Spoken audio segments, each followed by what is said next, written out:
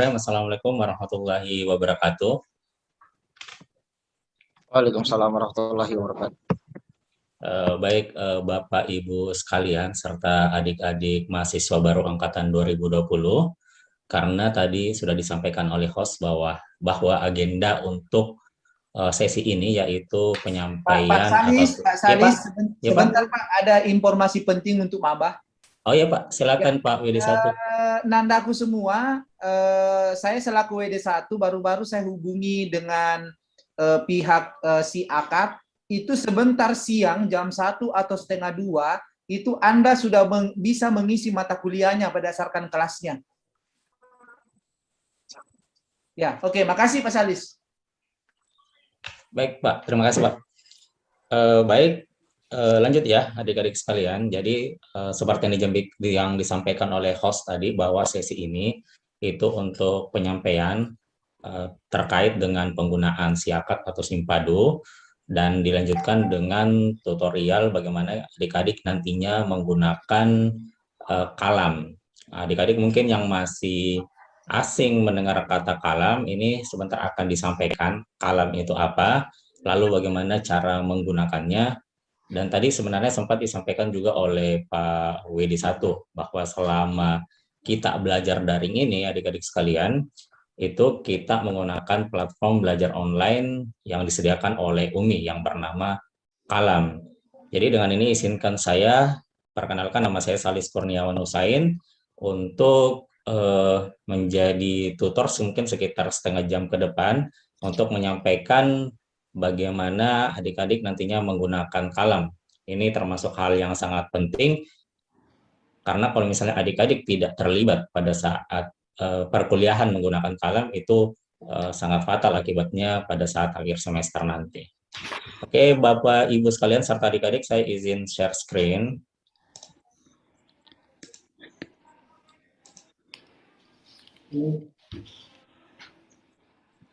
Oke, kelihatan ya adik-adik? Kalau kelihatan coba angkat jempolnya.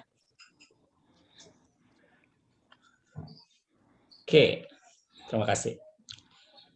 Baik adik-adik sekalian, jadi untuk sesi hari ini yaitu tutorial kalam UMI yang saya akan bawakan kurang lebih sekitar setengah jam ke depan.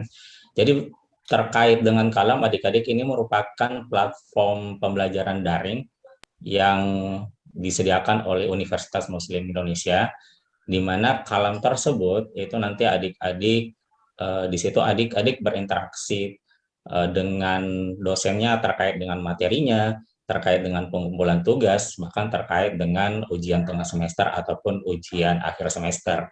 Nah, kalau di UMI itu ujian akhir semester biasa dikenal dengan ujian penjaminan kualitas di akhir semester. Jadi adik-adik pastikan adik-adik itu handal di dalam menggunakan kalam, karena dari semua mata kuliah yang adik-adik program nantinya di semester 1, tadi sudah disampaikan di kick out masing-masing prodi. Bisa mute deh yang lain, atau panitia mungkin bisa di mute yang lain. Baik, terima kasih. Lanjut, karena kalau berbicara kalam, adik-adik harus memang terlibat penuh, mulai dari adik-adik awal perkuliahan sampai akhir perkuliahan. Karena semua dosen di Fakultas Pertanian pada khususnya itu menggunakan kalam ini di dalam misalnya menyampaikan semua materi kuliahnya mulai dari pertemuan awal sampai pertemuan akhir. Di situ juga biasanya dosen juga akan memasang biasanya akan memberi tugas ataupun kuis, dan kumpulnya juga atau setornya itu nanti via kalam juga, via web itu. Nah, begitupun juga untuk masalah presensi atau masalah kehadiran adik-adik, karena kita kan ini masih belajar daring. Nah, nanti pada saat presensi biasanya dosen juga akan meminta adik-adik presensi di kalam. Itu dari semua aktivitas itu yang akan dinilai oleh dosen sebelum mengambil keputusan untuk memberi nilai A misalnya ataupun A minus dan seterusnya, masih ada lagi sampai E. Gitu ya. Itu mungkin pengantar saja apa itu kalam. Poinnya, kalam itu platform pembelajaran online yang wajib untuk mahasiswa-mahasiswa terampil di dalam menggunakannya.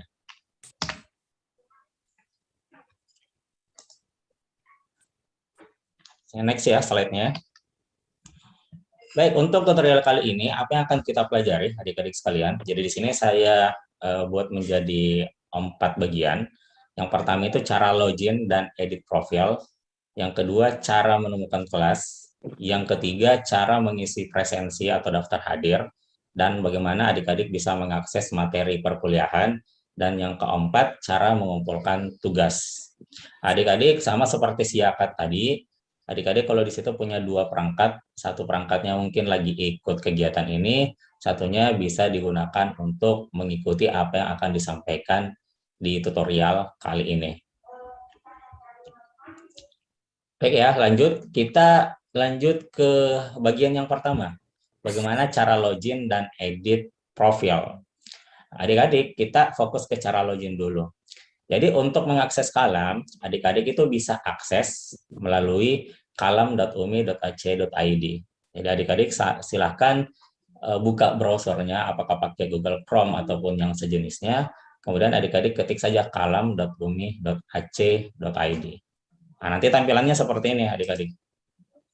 Gini. Oke, mungkin yang lagi punya 2 perangkat, mau pakai handphone, mau pakai laptop atau pakai tablet, ya silakan dibuka webnya kalam.umi.ac.id. Nanti ketik di sini ya, mungkin kalau misalnya masih ada yang belum tahu, ketiknya itu di sini.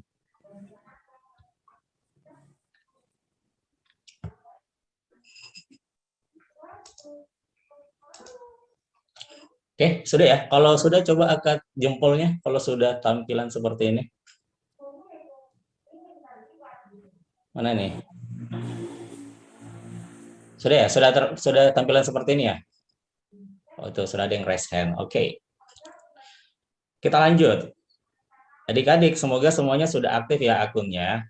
Jadi untuk loginnya, adik-adik menggunakan username, yaitu nomor stambuknya atau nomor induk mahasiswa. Dan adik-adik silakan masukkan nomor stambuknya. Masing-masing kan sudah punya nomor stambuk ya untuk login. Nah, untuk passwordnya, adik-adik ini boleh screenshot atau boleh foto. Ini password default. Jadi ini sama seperti siakat tadi, dia punya password di awal ketika adik-adik baru akses, ini bisa diganti. Jadi adik-adik untuk pertama kali login, silakan menggunakan password ini. Untuk username-nya silakan menggunakan nih masing-masing. Bagaimana cara kita login? Mari kita coba. Login yang sini, sebelah kanan atas ya. Yang ini nih.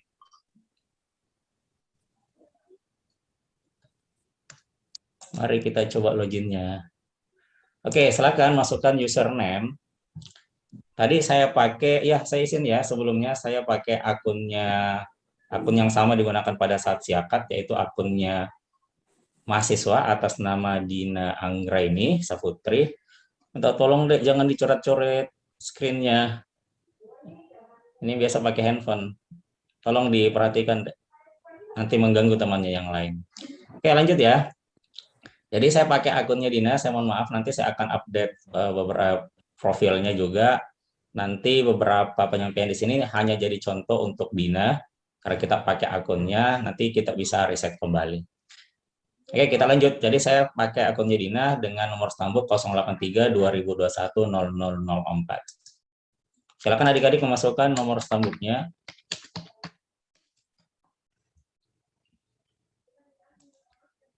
Kemudian adik-adik memasukkan password default yang tadi, MHS, tagar 2021. Lalu silakan enter atau tekan yang ini. Oh, sepertinya saya salah masukkan ya. 083-2021-0004.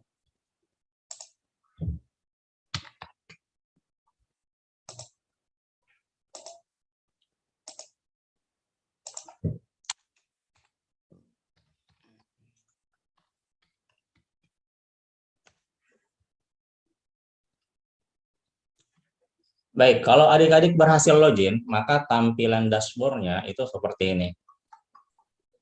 Nah, adik-adik mungkin yang baru pertama kali login itu tidak akan muncul kelas apapun di sini, atau mungkin bisa saja sudah ditambahkan oleh dosennya beberapa kelas secara otomatis. Jadi misalnya ini contoh punyanya Dina, ini karena kita jadikan contoh, di sini kita sudah tambahkan satu kelas yang kebetulan kelas ini adalah mata kuliah saya. Walaupun mungkin Dina secara kelasnya itu bukan berada di kelas B3. Jadi ini hanya contoh saja. Jadi biasanya adik-adik sekalian, untuk ketika adik-adik sudah berhasil login, maka kita lanjut gini dulu, sesuai dengan langkah tutorial ini. Adik-adik kita edit profil dulu. Nah, adik-adik perlu menyiapkan file foto, mungkin foto yang dipakai mendaftar bisa. Jadi ini contoh saja bagaimana langkah-langkahnya. Untuk mengupdate profil, adik-adik scroll paling atas, kemudian klik yang ini. Nah, selanjutnya pilih profil.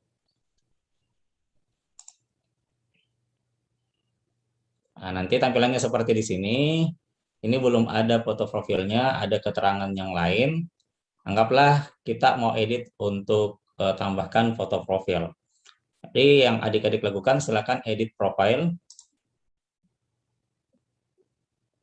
Oh iya, saya mumpung ingat ya. Di sini di kolom itu ada pilihan bahasanya adik-adik. Mau pakai bahasa Inggris, mau pakai bahasa Indonesia, silakan. Yang mana menurut adik-adik mudah untuk digunakan. Jadi bisa saja nanti di sini agak berbeda yang versi Indonesia dan versi bahasa Inggris. Nah, kita lanjut ya. Kita mau update foto profil. Scroll saja ke bawah sampai dapat yang ini. Adik-adik untuk mengupdate foto profil atau untuk mengupload, boleh klik ini. Atau mungkin klik yang ini. Terserah yang mana. Karena saya klik. Kak, izin bertanya, Kak. Ya, silakan. Kan saya sudah coba login, Kak, tetapi pas saya kasih masuk passwordnya itu invalid login, Kak. Sudah berapa kali coba login? Sudah 3 kali, Kak. Sudah 3 kali. Mungkin belum diaktifkan, Dek. Oh ya. Ya, nanti bersabar saja yang belum bisa login, mungkin coba sampai 3 kali dia belum bisa login. Teman-teman yang lain juga seperti itu, mohon bersabar, mungkin lagi proses untuk diaktifkan. Jadi yang sudah aktif, silakan dilanjutkan. Ini nanti rekamannya ada di YouTube. Nanti adik-adik bisa lihat kembali yang belum bisa mengikuti di kesempatan kali ini. Baik, kita lanjut ya. Misalnya saya klik ini, lalu adik-adik pilih yang ini, upload file, lalu choose file. Silakan cari fotonya kalian di mana. Pilih filenya, kemudian di open, kemudian upload.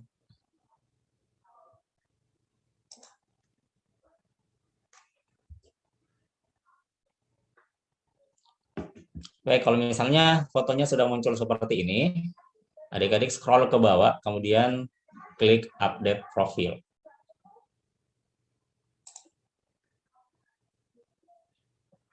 Nah, kalau sudah berhasil, nanti untuk foto akan muncul seperti ini. Untuk kategori yang lain, jika ingin dirubah, silakan dirubah juga. Nah, selanjutnya adik-adik, mungkin kalau di slide PPT-nya itu saya tidak tampilkan. Kalau misalnya adik-adik ingin mengubah password default yang MHS agar 2021, itu adik-adik bisa mengikuti cara seperti ini. Klik ini, sama seperti tadi. Klik profilnya, kemudian klik preference. Nah, kemudian di sini adik-adik silakan masukkan password atau ganti password, change password. Nah, silakan dimasukkan password yang default dan password yang baru. Kemudian silakan di save change. Oke, jelas ya. Kalau ini saya tidak ganti, nanti yang punya akun kalau mau ganti silakan. Tidak diganti pun juga enggak masalah. Masalah sih kalau misalnya ada yang pakai. Oke, lanjut ya. Kalau misalnya adik-adik mau ke dashboard awal, silakan diklik yang ini, dashboard.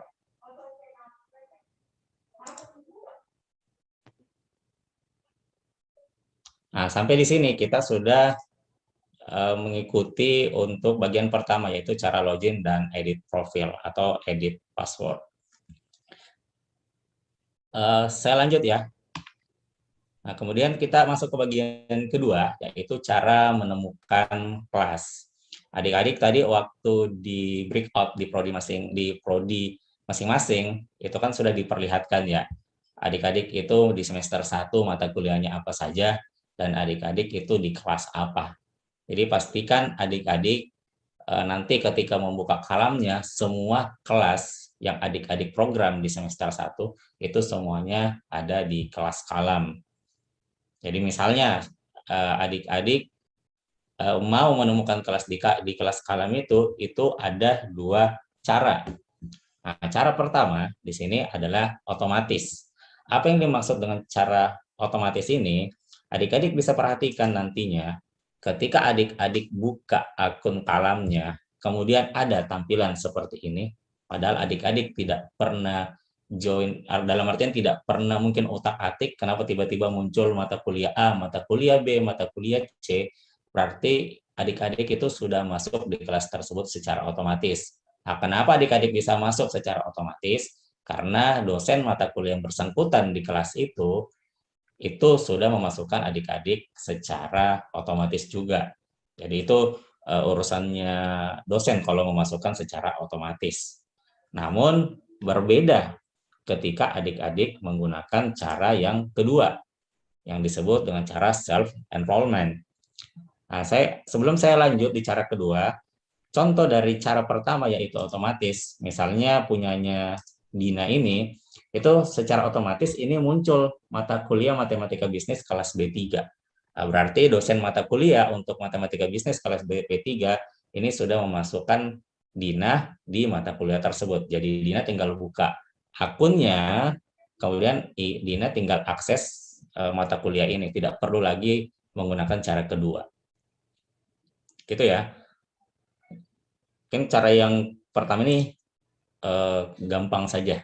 Nah, cara kedua yaitu self-enrollment. Nah, self-enrollment ini adik-adik membutuhkan 2 hal. Yang pertama itu link atau tautan untuk mengakses kelas tersebut, dan enrollment key. Enrollment key. Jadi biasanya kalau dosen itu menggunakan cara kedua ini, kan nanti ada ya grup-grup WA per kelas per mata kuliah seperti itu. Biasanya dosen bersangkutan ketika menggunakan cara kedua ini untuk memasukkan mahasiswa secara mandiri, maka adik-adik akan diberikan link atau tautan kelasnya. Misalnya seperti ini contohnya. Nah, kemudian nanti adik-adik juga akan diberikan enrollment key-nya. Enrollment key-nya itu bisa berbeda di setiap kelas. Jadi ini contoh saja ya, jangan sampai nanti ada adik-adik yang pakai contoh ini untuk enrollment key di mata kuliah yang lain. Jadi itu yang perlu adik-adik ingat. Enrollment key itu bisa berbeda satu mata kuliah dengan mata kuliah yang lain, kelas yang satu dengan kelas yang lainnya. Jadi adik-adik aktif komunikasi saja di grup WA-nya masing-masing. Kalau misalnya memang menggunakan cara kedua ini untuk memasukkan adik-adik di kelas kalam. Contoh ya, misalnya untuk cara kedua, saya kopas ini linknya.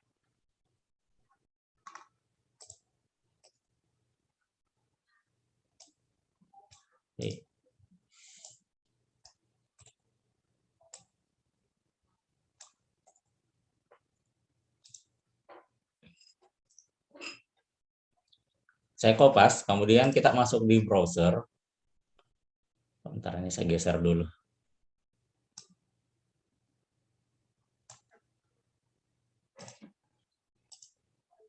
Nah, kemudian adik-adik tinggal kopas saja link tersebut ke browsernya.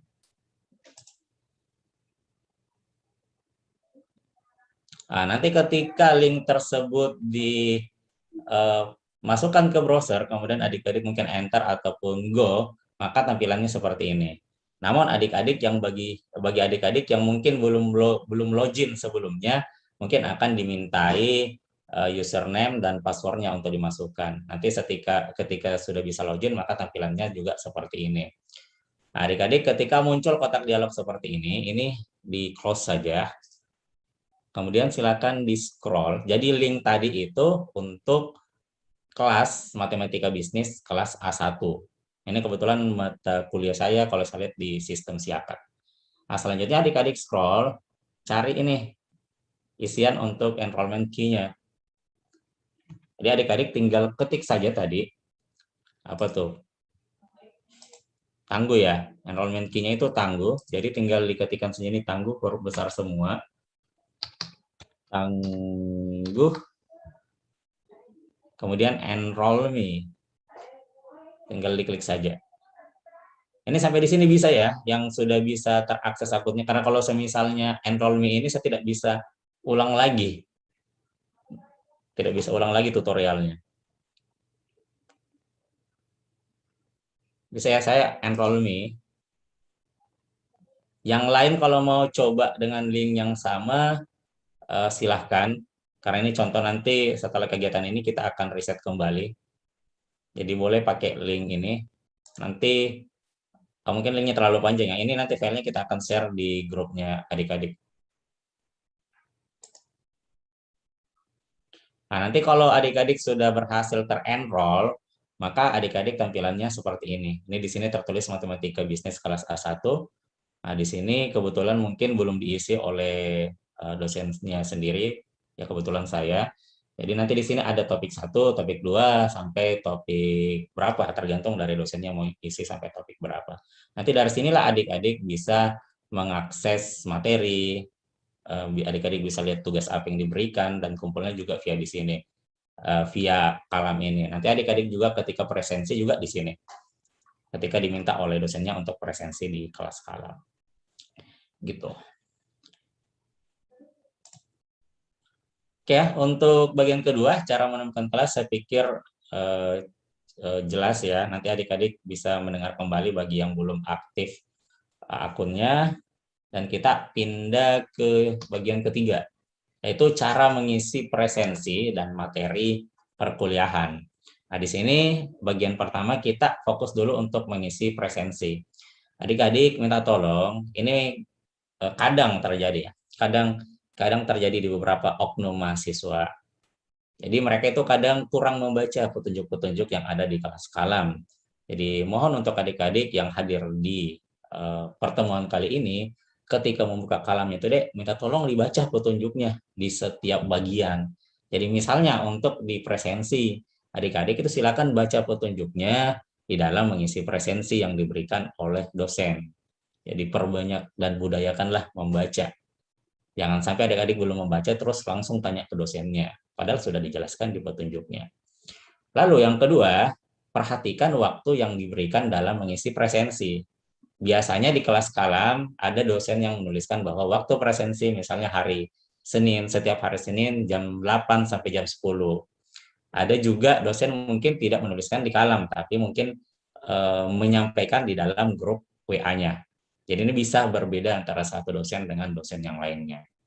Untuk bagian yang pertama, kita coba menunjukkan bagaimana langkah-langkah ketika adik-adik mengisi presensi. Jadi presensi ini daftar hadir ya, bahasa lainnya. Mungkin beberapa orang juga menyebutnya absensi, tapi secara bahasa yang benar sebenarnya presensi. Adik-adik, misalnya saya kembali dulu ya ke dashboard-nya.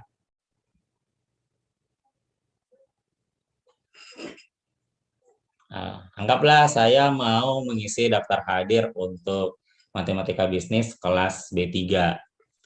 Saya masuk di kelasnya, saya klik saja kelas yang ingin saya masuki.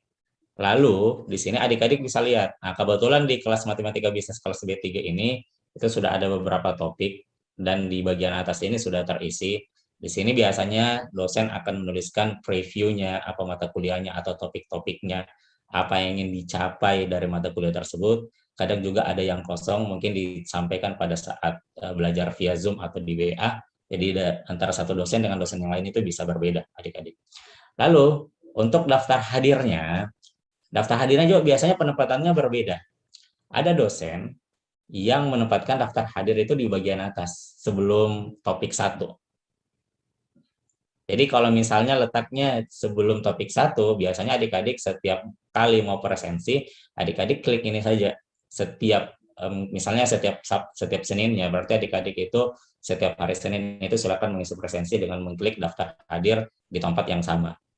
Namun berbeda ketika mungkin ada dosen yang meletakkan daftar hadir itu di setiap pertemuan. Mungkin ada di sini daftar hadir di topik 1, di topik 2 ada lagi daftar hadir, di topik 3 lagi ada daftar hadir, dan seterusnya. Kalau misalnya penempatannya di setiap topik, maka adik-adik silakan mengisi daftar hadir sesuai dengan waktu di mana topik itu dibahas.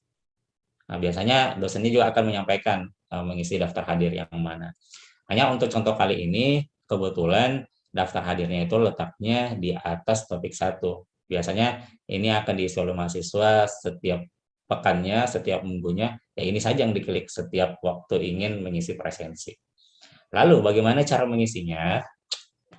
Adik-adik silakan klik daftar hadir, atau mungkin bahasanya nanti dosennya tulisnya presensi, atau mungkin ada yang tulis absensi, itu sama saja maksudnya. Kalau di sini daftar hadir, adik-adik klik saja. Nah, di sini ada petunjuknya. Ini tadi saya coba buat, misalnya hari ini kita kuliahnya, dan adik-adik diminta untuk mengisi rutin setiap pekan hari Sabtu di antara pukul 8 sampai pukul 10. Ini yang dimaksud tadi dengan baca petunjuk ketika ingin mengisi presensi. Gitu. Nah, karena di sini waktunya sudah lewat ya, jadi kita klik saja. Kalau mengisi daftar hadir, klik daftar hadirnya. Nanti tampilannya akan seperti ini. Ini saya kasih contoh untuk daftar hadir 3 pertemuan. Lalu adik-adik tinggal mengklik saja. Sayangnya di sini ya, kayaknya lagi maintenance untuk presensi kalam. Biasanya adik-adik itu akan klik di tanggal atau di bagian sini. Nanti setelah itu akan muncul lagi tampilan baru. Nah, tampilannya di situ ada pilihannya. Nah, silakan adik-adik centang untuk hadir. Kalau mungkin di format dalam bahasa Inggris ya adik-adik centang untuk present. Jadi gitu ya. Seharusnya ada yang di sini diklik lagi. Tapi di sini tidak ada tanda untuk bisa diklik, seharusnya ada. Nah, kalau misalnya adik-adik anggaplah ya, misalnya kejadian seperti ini terjadi lagi, mungkin lagi maintenance untuk presensi di Kalam Umi, adik-adik itu silakan di screenshot dan disampaikan ke dosen yang bersangkutan bahwa Tabe, Bapak Ibu, saya sudah mencoba untuk presensi di kelas Kalam, tetapi tampilannya seperti ini. Itu sebagai bukti bahwa adik-adik itu sudah punya niat, tapi sayangnya secara sistem itu belum bisa adik-adik melakukan presensi. Mungkin seperti itu etikanya. Oke, saya pikir jelas ya. Untuk mengisi presensi, selanjutnya kita akan coba untuk mengakses materi perkuliahan. Materi perkuliahan itu biasanya jenis materinya bermacam-macam. Yang paling sering ya, ini saya cuma tampilkan yang paling sering, misalnya dalam bentuk PPT, Microsoft PowerPoint, Microsoft Word, dan PDF, dan ada juga biasanya dalam bentuk video. Nah, jadi adik-adik, jenis materi sebenarnya di sistem Kalam itu bisa berbagai bentuk macam file, tetapi yang paling sering biasanya seperti ini. Lalu yang adik-adik harus perhatikan lagi, baca petunjuk dalam mengakses materi yang diberikan oleh dosen. Lagi-lagi adik-adik ya harus memahami dan membudayakan membaca sebelum adik-adik mungkin kebingungan atau bertanya tentang topik tertentu. Nah, lalu bagaimana cara kita mengakses materi?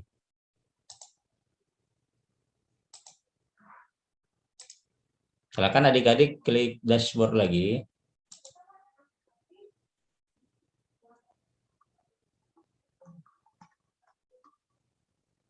Nah, misalnya saya mau mengakses materi di kelas yang sama, Matematika Bisnis kelas B3. Saya klik saja. Nah, kebetulan di sini itu sudah tersedia beberapa materi. Kalau adik-adik nanti mengakses, oke, terima kasih Pak. Saya diingatkan 10 menit lagi. Oke, kita lanjut saja. Jadi kalau misalnya adik-adik nanti menemukan ketika membuka dashboard kelas, dia tampilannya seperti ini, kok seperti ini ya, tidak bisa diklik atau tidak bisa diakses, berarti dosen ini itu menyembunyikan dari mahasiswa. Atau biasanya kenapa disembunyikan seperti ini, karena memang belum waktunya untuk diberikan. Gitu. Atau mungkin sudah lewat, jadi supaya adik-adik fokus untuk mata kuliah tertentu, topik tertentu biasanya akan terhidden. Nah, lalu kalau bisa diakses itu biasanya seperti ini tampilannya. Misalnya di sini di topik ke-6, fungsi linear part 1, maka kalau seperti begini adik-adik itu bisa mengakses materinya. Petunjuknya biasanya dituliskan di bawahnya, silakan adik-adik baca. Lalu untuk mengaksesnya tinggal diklik saja adik-adik. Nah, di sini file jenis filenya itu PPT, Jadi kalau diklik, dia akan otomatis terdownload. Biasanya kalau dalam bentuk link video, ketika diklik akan mengarahkan ke link video tersebut. Begitupun kalau misalnya dalam bentuk PDF atau dalam bentuk Microsoft Office yang lain, ketika diklik biasanya akan otomatis terdownload, kemudian adik-adik silakan pelajari file tersebut. Gitu. Nah, lalu ini yang penting juga, biasanya ada dosen juga yang membuat seperti ini adik-adik. Ada materi kuliah tertentu itu tidak bisa, dia bisa diakses tetapi dibatasi. Biasanya adik-adik bisa akses kalau sudah memenuhi persyaratan tertentu. Adik-adik bisa baca di sini. Untuk topik ke-8, fungsi nonlinear, adik-adik itu, ini kan kalau saya klik nggak bisa ya. Tidak akan muncul apapun materinya, tidak akan terdownload. Adik-adik bisa download atau akses materinya ketika adik-adik sudah menyelesaikan materi pertemuan ke-7. Jadi selama adik-adik belum pernah akses materi pertemuan ke-7, maka adik-adik tidak akan pernah bisa melihat materi yang ini, topik ke-8. Jadi ini penting untuk adik-adik karena beberapa dosen juga ada yang membuat syarat ketika ingin mengakses materi tertentu. Jadi adik-adik bacalah bagian atasnya. Oke gitu ya untuk mengakses materi perkuliahan. Nah, selanjutnya cara keempat, karena waktunya tinggal sedikit, ini cara terakhir, yaitu cara mengumpulkan tugas. Di sini ada beberapa petunjuk, adik-adik harus perhatikan. Yang pertama, baca petunjuk dalam mengumpulkan tugas yang diberikan oleh dosen. 2, perhatikan batas waktu dan jenis filenya, file apa yang diminta, apakah berupa PPT, Word, PDF, JPEG, link video, dengan mengumpulkan, di dalam mengumpulkan tugas. Yang ketiga, pastikan tugas yang di-store di kolom Umi telah terupload dengan benar. Nah, kita langsung ke langkah-langkahnya saja. Nah, di sini misalnya adik-adik diminta untuk mengumpulkan tugas ke-8. Di sini baca dulu petunjuknya seperti apa. Adik-adik kalau mau kumpul tugas, klik tugasnya. Ini petunjuknya masih tertulis di sini. Kalau di sini tampilannya seperti ini, no item, berarti itu masih kosong. Adik-adik belum mengirimkan tugas tertentu. Di sini ada deadline-nya, kapan paling lambat tugas itu harus dikumpulkan. Nah, kalau mau kumpul tugas, adik-adik silakan add submission. Lalu scroll, di sini ada fitur untuk mengupload filenya, boleh klik yang ini, boleh klik yang ini, dan di sini diberi keterangan bahwa jenis file yang diminta itu seperti apa. Di sini ada. Misalnya saya upload ya, di sini kan JPEG bisa ya. Lalu pilih upload file, terus choose file. Saya upload sembarang saja ya, karena diminta JPEG bisa ya.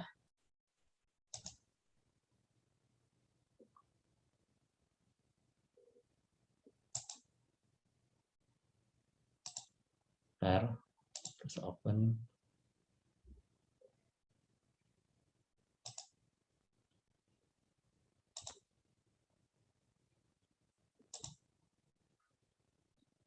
Saya coba yang lain.